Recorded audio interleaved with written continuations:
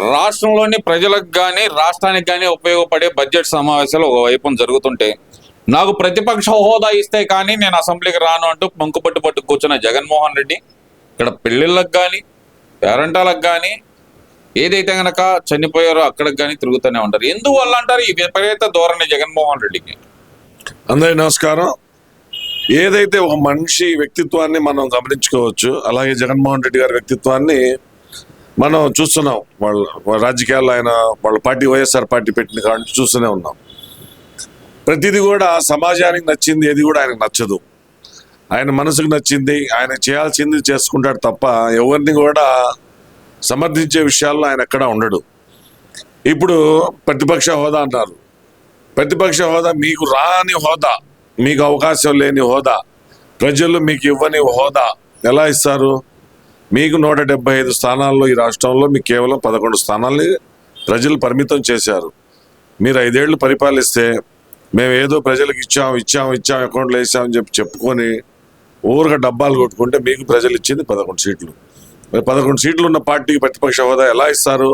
హోదా లేదు, మీరు ముఖ్యమంత్రి చేశారు, మీరు ప్రజాస్వామ్యం కోసం పనిచేస్తారు అని అనుకుంటున్నారు. ఒకవేళ చేస్తే మరి 11 సీట్లు ఉంటే మాత్రం ఏమైంది? అసెంబ్లీకి రండి. అసెంబ్లీకి వచ్చి ప్రభుత్వం ఏదైనా విధానాలు ఉంటే, తప్పుడు విధానాలు ఏమైనా తీసుకుంటే ప్రభుత్వాన్ని దాన్ని విమర్శించండి. ఒక నాయకుడిగా, ఒక ఎమ్మెల్యేగా అయినా సరే, ఒక మాజీ ముఖ్యమంత్రిగా అయినా సరే మీరు వస్తూ ఉంటే ఏదో ఒక రోజు మీకు ఆ హోదా అదే వచ్చింది. ఎక్కడికి పోయితే పనిచేసే వాళ్ళకి, పోరాటం చేసే వాళ్ళకి రాజకీయాల్లో కొదవలేదు. మీరు ప్రజల కోసం పోరాటం చేస్తే మీకు ఏ హోదా అయినా వచ్చింది. కాబట్టి ఇవాళ పెళ్లిళ్ళకి వెళ్తున్నారని చెప్పేసి అంటున్నారు. పెళ్లిళ్ళకే వెళ్తారు, ఆయన మనసత్తే ఆయన నచ్చిన పని చేసుకోవడం. వాళ్ళ పార్టీలో వాళ్ళ ముఖ్యులుగా ఉన్నోళ్ళు, వాళ్ళకి ఈయన మనసుకు నచ్చిన విధంగా పనిచేసేవాళ్ళు, ఈయన మనసుకు నచ్చిన విధంగా వేరే పార్టీ వాళ్ళు తిట్టిన వాళ్ళ కోసం, ఈయన ఎవరిని తిట్టమంటే వాళ్ళు తిట్టిన వాళ్ళ కోసం ఏంటి అట్లాంటి పెళ్లిళ్ళకి వెళ్తారు. అట్లాంటి వాళ్ళు ఎక్కడన్నా ఇందులో ఉంటే వెళ్తారు. కాబట్టి ఇది సరైన ధోరణి కాదు. మీరు మాజీ ముఖ్యమంత్రిగా ఉన్నారు, ఎంపీగా చేశారు, ఇప్పుడు కూడా ఎమ్మెల్యేగా ఉన్నారు. కాబట్టి ప్రజా సమస్యల కోసం ప్రయత్నం చేయండి, తీర్చడం కోసం ప్రజల కోసం పోరాటం చేయండి. చేస్తే మీకే మంచిది. ఏదైతే కనుక శాసన మండలిలో 2019 నుంచి 2024 వరకు జరిగిన అక్రమాల మీద చర్చ కోసం ఏదైతే కనుక చర్చ వచ్చిందో ఆ చర్చ నుంచి వైసీపీ బాయ్కాట్ చేసిన విధానం ఎలా చూడాలంటారు?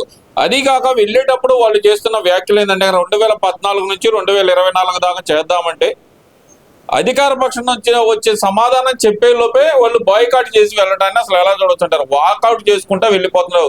క్వశ్చన్ అడగటం, వాకౌట్ చేయటం ఎలా చూడాలి వీళ్ళ పద్ధతి? అసలు వీళ్ళది దోబుచ్చులాడే పద్ధతి.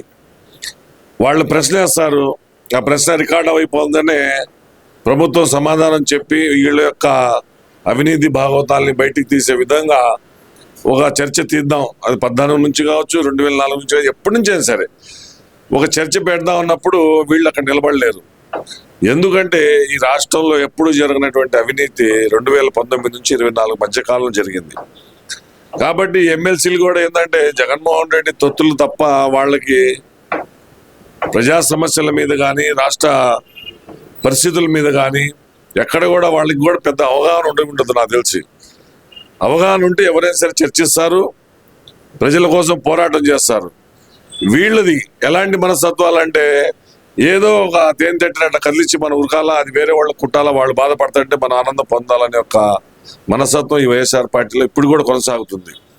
కాబట్టి మీకు నిజంగా ప్రజల అధికారాన్ని ఇస్తే ప్రజా సంక్షేమం కోసం మీరు పాటుపడాలని అనుకుంటే ఏదైనా మండలిలో మీరు ఒకటి ప్రశ్న వేస్తే ఆ ప్రశ్న గురించి ప్రభుత్వం చర్చిద్దామని చెప్పేసి ఈ 5 ఏళ్ళు కాదు ఇంకా 5 ఏళ్ళు ముందుకెళ్ళి కూడా చర్చిద్దాం అన్నప్పుడు నిజంగా మీకు ఇనగా తప్పు చేయకుండా ఉంటే ప్రతి విషయంలో కూడా చర్చించాల్సిందే. ఆ చర్చకు పట్టుబట్టాలా, ప్రతిపక్షంగా ఉన్నప్పుడు పట్టుబట్టాలా. అలాంటిది పోయి ప్రభుత్వమే చర్చిద్దామని చెప్పి అన్నప్పుడు వీళ్ళు పారిపోతున్నారంటే ఈ 5 ఏళ్లలో వీళ్ళు చేసిన అక్రమాలు వాళ్ళకే గుర్తొస్తుంటాయి. ఇది నేను అప్పుడు చేశాను, ఇది తప్పు కావాలా, నేను ఇంకోటి చేశాను, ఇది తప్పు కావాలి. ప్రతి ఒక్కళ్ళు కూడా వచ్చేసి ఏదో జగన్మోహన్ రెడ్డి గారి కళలు ఆనందం చూడటం, మా వాళ్ళు కూడా మండలికి వెళ్ళారని చెప్పుకోవడం కోసం కేవలం వెళ్ళిపోయి కాసేపు టైంపాస్ చేసి పారిపోతున్నారు తప్ప నిజంగా వీళ్ళు ప్రజా సమస్యల మీద పోరాటం చేసే అవకాశం ఎక్కడా కూడా లేదు.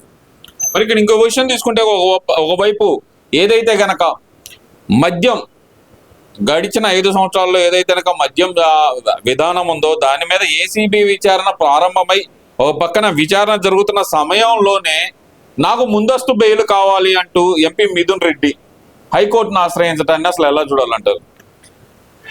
మద్యం ఈ రాష్ట్రం గత 5 ఏళ్ల ప్రభుత్వ హయాంలో జరిగినటువంటి మద్యం చాలా పెద్ద కుంభకోణం. ఇది అందరు చెప్తున్న మాట, చాలా పెద్ద కుంభకోణం. ఎక్కడైతే మద్యం షాపులు ఉన్నాయో మొత్తం కూడా గవర్నమెంట్ పెట్టడం జరిగింది.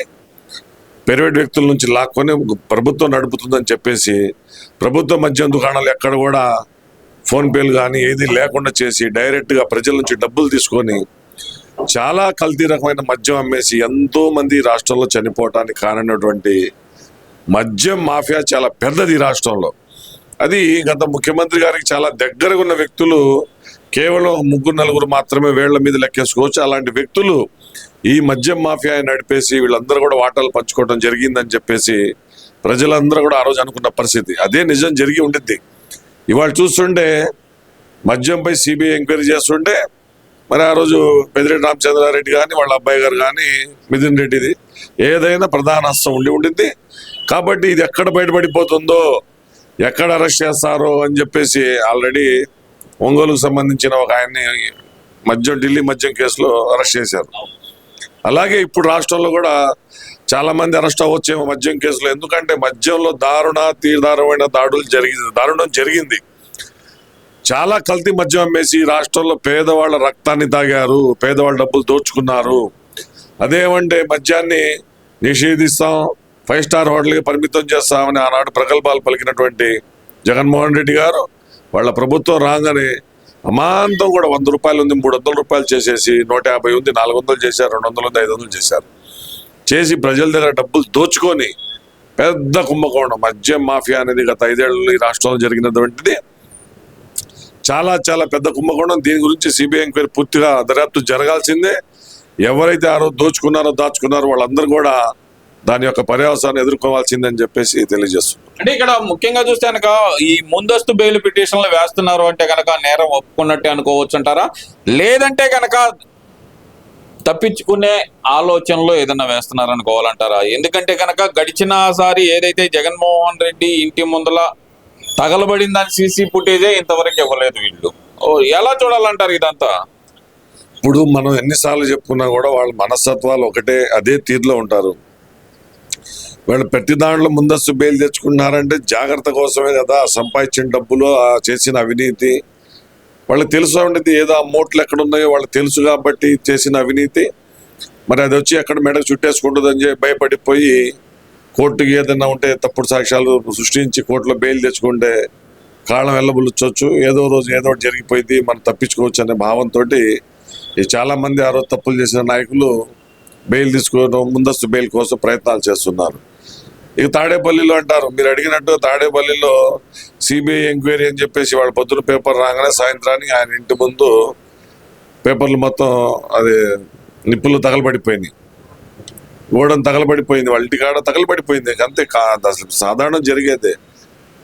నెల్లూరులో ఒక ఆయన చేశాడు, మంత్రిగా ఉండి కాకాని గోవర్ధన్ రెడ్డి గారు అని, ఆయన కూడా ఇట్లాగే ఏదో కేసు దగ్గరకు వచ్చేటప్పటికి కోర్టులో సాక్షాత్తు కోర్టు బెంచ్ మీద ఉన్న పేపర్లు కూడా ఆ రోజు తగలబడిపోయిన పరిస్థితి ఈ రాష్ట్రంలో చూసాం. ఇప్పుడు ప్రభుత్వాలు మారినా కూడా అదే ధోరణి, ఎక్కడెక్కడే సాక్ష్యం ఉందో దాన్ని తగలబెట్టేస్తారు, ఆ వీడియోలు ఇవ్వరు. కాకపోతే అది ఎవరి మీద వేసేస్తారు, ఎవరో చేశారంటారు, లేకపోతే మా ఇంట్లో ఇంకా దొంగలు పడ్డారని, లేకపోతే ఇంకోటి చేశారని ఒకటి అవి కొత్త క్రియేట్ చేస్తారు.